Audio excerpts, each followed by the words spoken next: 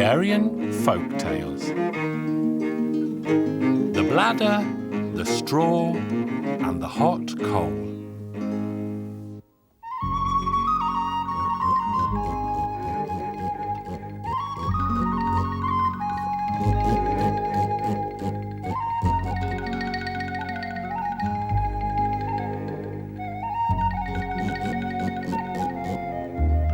Once upon a time, far, far away, to the border and beyond, there lived a bladder. One day the fat bladder began to feel bored, snapped its string and said, "Oh, I think I will go out and see the big wide world."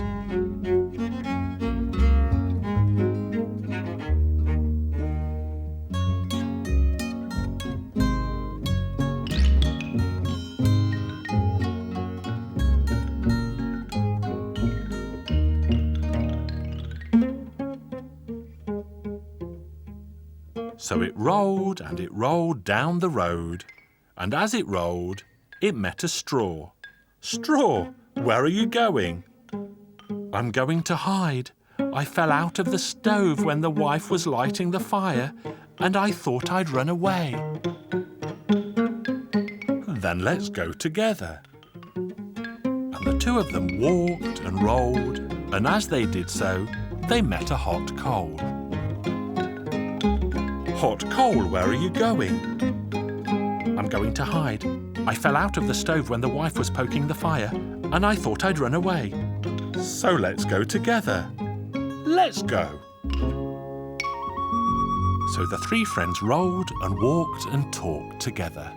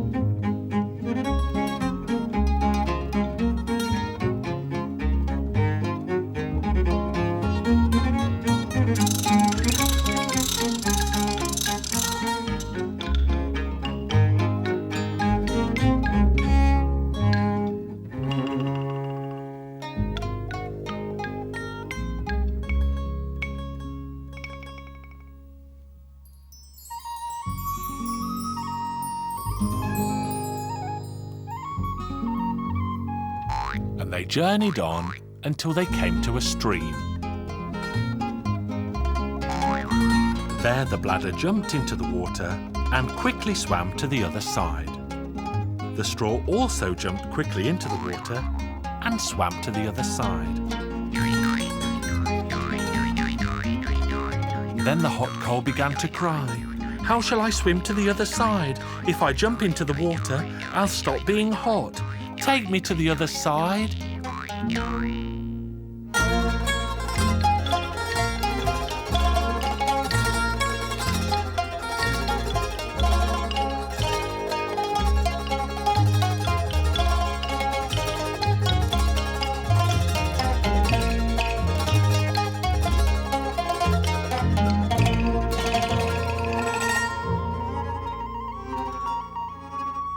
The fat bladder sat on the riverbank and laughed so much that it burst apart and killed all three. So that was the end of 1 and 2 and 3. And if you know more to this story, you can tell it to me.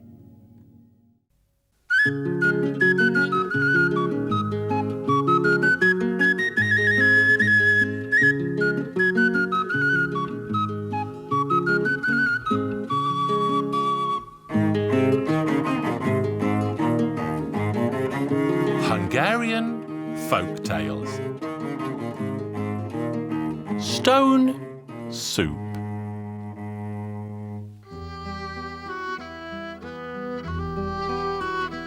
Once upon a time, a poor young soldier was coming home from the war. The poor soul wandered from one village to another, threadbare and hungry.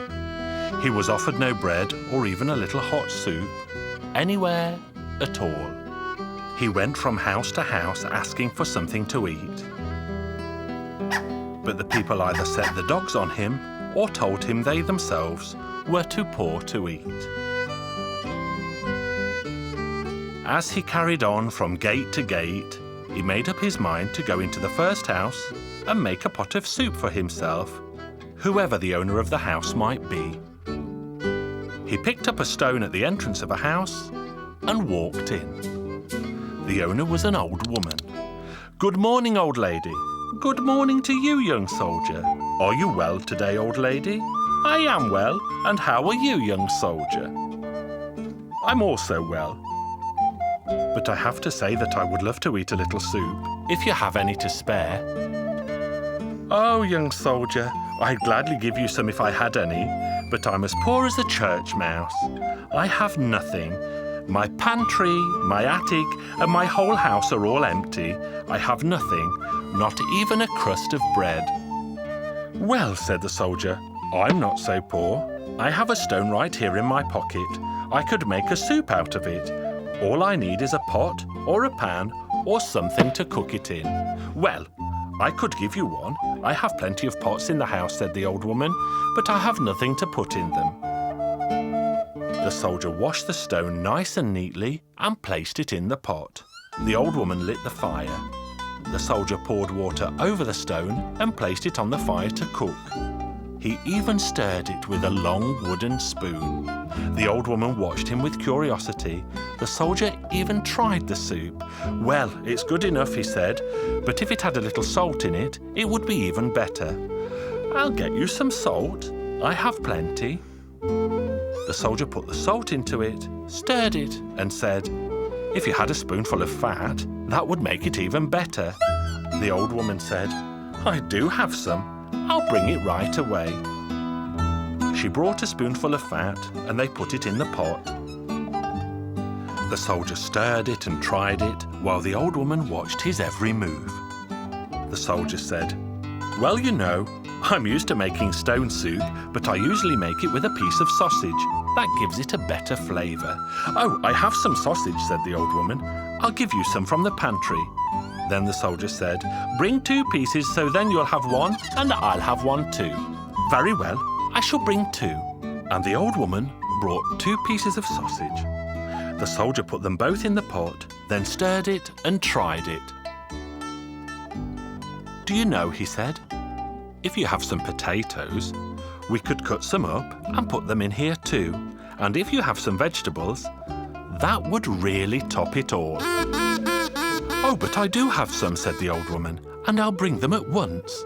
So she hurried off right away, pulled up some potatoes and vegetables, which they cleaned and cut into pieces and put into the soup. Then the soldier stirred it, tasted it, and said to the old woman, "You should try it too. It's really good." The old woman tried the soup and said, "Well, I would have never have believed that you could make such a good soup from a stone." They left it to cook a while. Then the soldier said, "A little rice would improve it, but I'm not sure you have any." "Oh, but I do have some rice." Then they put some rice into the soup too. "Now it's just like the soups I usually make." Then they waited for the soup to be ready, and the soldier served the old woman and himself a bowlful each, and they both began to eat. The old woman couldn't help wondering how such a good soup like this had been made out of a stone. When they had had enough to eat, the old woman said to the soldier, "Tell me, young soldier, would you sell me this stone? Quite often I have nothing to cook, but with this stone I would always have at least a little soup." "Well, why not? It's yours for 100 florins. The old woman quickly gave him the 100 florins and wrapped the stone from the soup in a cloth so she could use it again to make soup whenever she wanted. Then the young soldier left with the 100 florins before the old woman could change her mind. So he had satisfied his hunger, and he had 100 florins for his troubles. He walked cheerfully on till nightfall, when he met another old woman who had no idea how to make good soup out of a stone either. He played his trick again and had a good meal on top of it. And I don't know what kind of soup the old woman made after that, as I was told this story by an old aunt of mine. But I suppose they tried it when they were poor back in the old country. But whatever the case, they all lived happily ever after.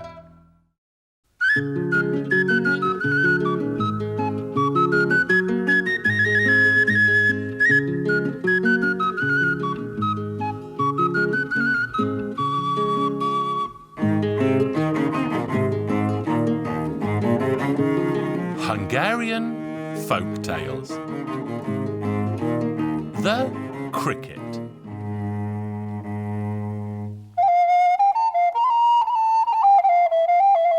Once upon a time, there lived a bootmaker and a shoemaker. They were both as poor as church mice. One day the bootmaker said to the shoemaker, "Let the devil go hungry now, my friend. If we can't make an honest living out of our trade, let's make money any other way we can." So they thought and they thought until they came up with an idea. The shoemaker would lead the judge's 6 chestnut horses into the forest, tie them to a tree, and the bootmaker would read from an old book, as if it were written there, where the judge could find his horses. But all for good money, of course. That is exactly what they did, just as they had agreed. A search for the horses was launched that stretched far across the land, but to no avail. Then the bookmaker went to see the judge and said to him, "How much will you pay me, your worship, if I find you a clue?" The judge promised to pay him 300 florins. So the bootmaker took up an old book and began to read it out loud. Up on the snow-covered hillside, in the middle of the thick forest, all the 6 horses stand tied to a beech tree. That's where they will be found. All the village folk quickly prepared and hurried to the forest, where they found the 6 horses tied to a beech tree. Then the judge happily paid the bootmaker the 300 florins. News of Mr. Cricket, for that was the bootmaker's name, spread far and wide across the land. The myth was that he had a magic book, and nothing in the world could happen that he could not solve with the help of that book. Eventually even the king got word of this and was delighted by the news, as the queen had just lost her favourite ring and had made herself ill with crying. So the king had his royal carriage harnessed with 6 golden horses and sent off to fetch the bookmaker. He even sent his royal guards with it so that Mr. Cricket would come to no harm on the way back.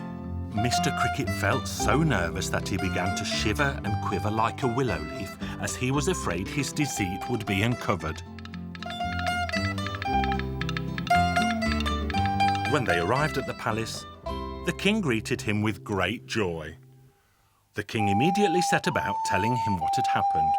"I'll have you know, Mr. Cricket, that if you find the ring, I'll give you 6 carts full of gold." "I'll do my best, your majesty, although I doubt I shall find it." Then he asked the king to have him locked up in a room so that he could think for 3 days. And the king willingly complied. He led Mr. Cricket into the loveliest room and sent him so much to eat and to drink that the poor man was at a loss where to begin. The first day went by, but Mr. Cricket came up with nothing. The second day went by, and the third, and poor Mr. Cricket began to lose heart. So he thought to himself that he would count how many courses he was going to have for the last meal of his life. The first servant came in with the first course, and Mr. Cricket said out loud, "Here comes the first." The servant was so frightened by this that he almost dropped the plate. He rushed out to the kitchen and said to the cook and the undercook, "Oh dear, we're done for. That magician knows we stole the ring." Of course, this was true. Indeed, it had been the servant, the cook and the undercook who had stolen the Queen's ring. They agreed that the second course should be taken in by the cook, and as the cook entered the room, Mr. Cricket said, "Here comes the second." The cook slammed down the plate in great fright and fled to the kitchen. "Oh dear, we're done for. I'll see what he says to me," said the undercook, and entered with a third course in hand.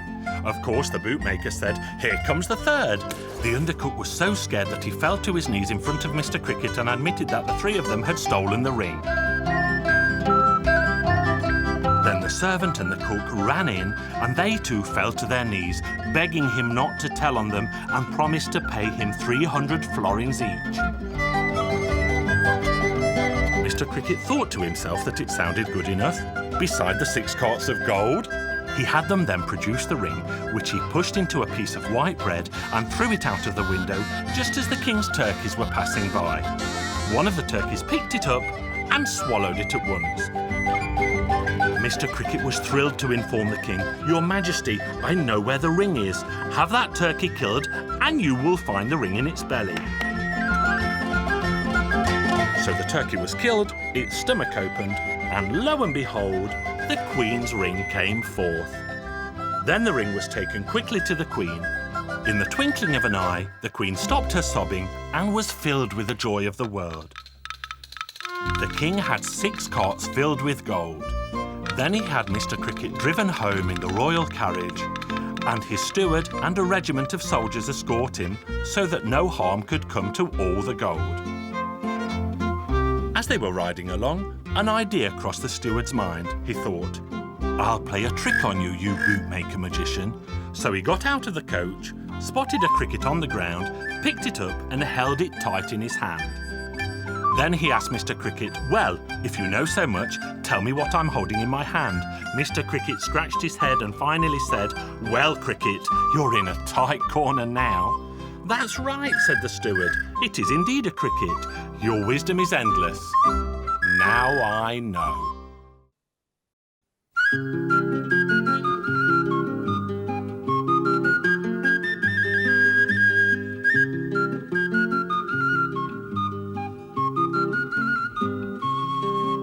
Hungarian Folk Tales.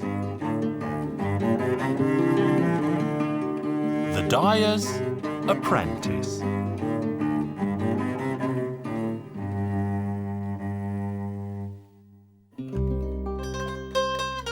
Once upon a time, there lived a woodcutter with his wife.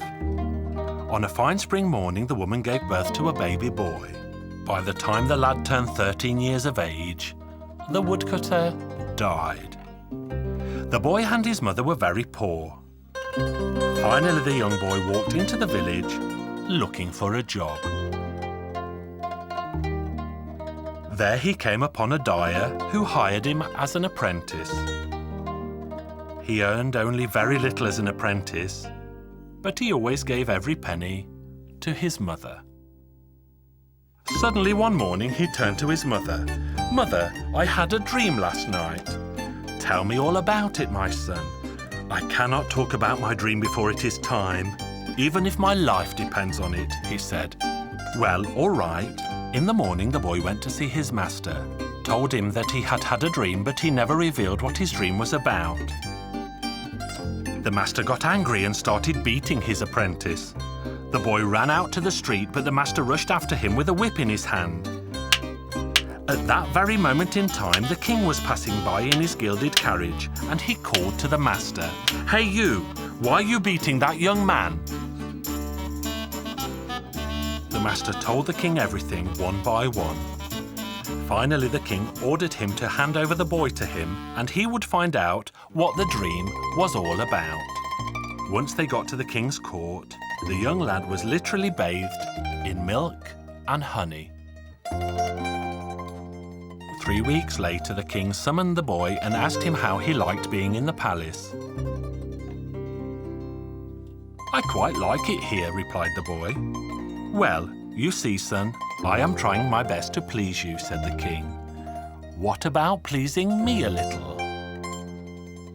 "Oh, your majesty, I will do whatever I can to please you, but what can I do if it isn't possible?" "All right then, all you should do is tell me what you dreamt the other night." "Oh, your majesty, that is an impossible task, because even if you take my life, I cannot reveal my dream to you before it comes true." And so it went on and on for 7 years, but all was in vain. Finally, the king lost all hope and patience and had the boy walled in. In the meantime, the king's daughter also grew up to be a beautiful girl, and she fell in love with the boy. She stole a purse filled with gold coins from her father and gave it to the bricklayer. She instructed the man to leave a small opening in the wall. Through that small opening, she gave food to the young boy 3 times a day. She kept feeding him every day for another 7 years. In the meantime, the Turkish Sultan announced he wished to marry the princess, but the old king did not want to hear about it. The Sultan sent 3 identical donkeys to the king, asking him to identify the exact age of each animal. Otherwise, he would attack and destroy the king's country. The king was frightened and he ran around asking everybody for a solution, but nobody was able to tell the exact age of the donkeys. As the daughter was carrying lunch to the boy behind the wall one day, she told him what had happened. In the end, the boy told her not to worry. He told her to go home and sleep through the night. And when she awoke the next morning, she should tell her father the following: "Give the donkeys oats that are 1, 2, and 3 years old. The animals will eat the oats that correspond with their own age." And so it happened. The king was happy that he finally managed to save his country. But the Turk just couldn't rest. He wrote another letter to the king with the following message: "This time I am sending you a stick with bludgeons on both ends." He wrote, "If you cannot tell which is the upper and which is the lower end of the stick, I am going to have you decapitated." The king's joy suddenly turned to sorrow. In the meantime, the princess dreamt that if they tied a single hair around the middle of the stick and lifted it, the lower end, which was thicker, would bend towards the ground. They immediately sent a letter with the answer to the Sultan. The Sultan was so angry he nearly had a fit, but he could still not rest. He sent another letter plus 3 penknives, asking the king to identify which of the knives belonged to a gentleman, a soldier, and to a peasant. Once again, the princess dreamed up the solution. She said that the knives should be stuck into the ground next to a burning fire. The one that smells like garlic belongs to a peasant. The one that smells of scent belongs to a gentleman. And finally, the one that oozes blood must belong to the soldier. The king was overjoyed and sent a letter to the Turkish Sultan. The Sultan never sent another letter. The king was curious to find out how his daughter always knew the right answers. Finally, his daughter confessed everything, and the king ordered his men to tear down the wall. Everyone was happy, and they held a magnificent wedding in the palace. As they were eating, the king once again asked the apprentice to tell him what his dream was all about. "This was my dream, Your Majesty," he said, pointing to his bride and the wedding ring. And they all lived happily ever after.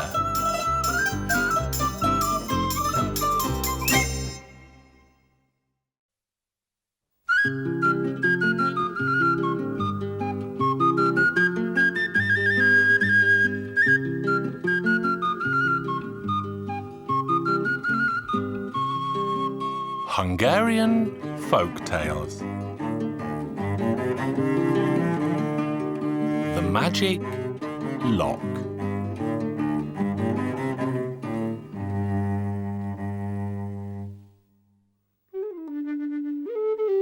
Once upon a time, long ago and far away, there lived a poor woman and she had one son. One day she had to do the washing for someone, and when she got home, she found the place empty. Where could her son have gone? Where could he be? No one could tell her. If only she had known that devils had taken him away. They had carried him off to hell to set him to work for them. When the boy had spent 7 years with them, they assigned him 7 rooms. He had to do everything: sweep them, clean them, dust them up, anything and everything he had to do. Now in the 7th room there was a lock, a magic lock, and in that lock lived 12 devils. He worked and worked on that lock until he eventually stole it. He escaped from those devils and went straight off home to his mother. Now what did he say to his mother? He said, "Mother, go to the king and ask him for his daughter's hand, for I would like to take her as my wife." Off went his mother to the king and asked for his daughter as a bride for her son. The king roared with laughter at the idea of such a lad wanting his daughter in marriage, so he said, "Listen, my dear, I'll give my daughter to your son if during the night he can root up and destroy the forest that surrounds the village. Make it disappear without a trace. That's the only way my daughter will ever be his bride." So the poor woman went home and told her son what the king had said. Well, all the son had to say was, "If that's all that's needed, that's how it will be." When evening fell, he turned the key in the lock, and right away there were 12 devils in front of him. "Off you go, level that forest by morning, so roots and all have gone and nothing remains, not even a fallen acorn." And the devils set to work. Next morning there wasn't a sign or trace of the forest, even the roots had all been pulled up. The lad went to the king to report the task was done, and he had come to claim his daughter. "You can have her if by morning there stands in the forest place a fine field of green corn." Now that was no bother to the lad at all. He had his magic lock which helped him to do it all, and by the morning in place of the forest there was a fine field of bright green corn. Again the lad went to the king and said, "Your Majesty, I have done what you asked." The king looked out and saw the fine corn, but all he said was, "Well indeed, you've done all your tasks. I'll give you one more. By morning lay out a road in front of my palace that is paved with diamonds, with trees at its sides and the trees full of birds. If you succeed in this task, then my daughter shall be yours." The lad went home and in the evening turned the key in the lock, and in the morning in front of the king's palace sparkled a diamond road with flowering trees and the trees full of birds. The king looked out and was almost blinded by the glittering brightness and the beauty of the trees. He couldn't believe his eyes. For that, it was worth giving his daughter's hand. And so it passed. On the following morning, there above the meadow hung a palace from a golden chain, and beautiful it was too. And that is where they lived. One day he went hunting, but he didn't take the lock with him and left it with his wife. She didn't know the value of the rusty old lock because her husband hadn't told her. Now the devils had a companion, and she was an ugly old witch. She happened to come by the palace, crying, "New locks for old, new locks for old." The king's daughter heard her and was delighted, so she called out that she had one. Now that's just what the old witch wanted. Out she took from her pocket a new lock and exchanged it for the magic lock. Now the palace hanging from the golden chain immediately turned into a tumble-down old shack. The princess cried and cried, but she couldn't imagine how it had happened. When her husband came back, he almost fell over when he saw the tumble-down shack standing where his fine palace should be. His wife wept and told him how she had exchanged the lock for a new one from the old woman. Her husband was consumed by sorrow when he heard this. But he pulled himself together, went to the king, and told him the full and short of it. "Off you go to Mother Moon, who is all of 100 years old, and perhaps she will put things right." Off the lad went to see Mother Moon, who was all of 100 years old. But Mother Moon couldn't do anything about it. She just gave him a dog and sent him to Mother Sun, who was all of 200 years old. Off he went to her, but she just gave him a mouse and sent him on to Mother Wind, who was all of 300 years old. He told her why he had come, and she gave him a cat. and told him that there on an island in the middle of the deep blue sea lived an old witch, and it was she who had the lock. Wasn't he the happiest man there was? He did what he was told and went off to where Mother Wind told him to go. His way to the island wasn't easy, what with the mouse and the cat and the dog, but once they were there, it took the three animals no time at all to bring him the lock. When they got home, the young husband of the king's daughter turned the key in the lock, and straight away the palace was hanging there in its old place from a golden chain. The young pair were so happy, and they lived happily ever after.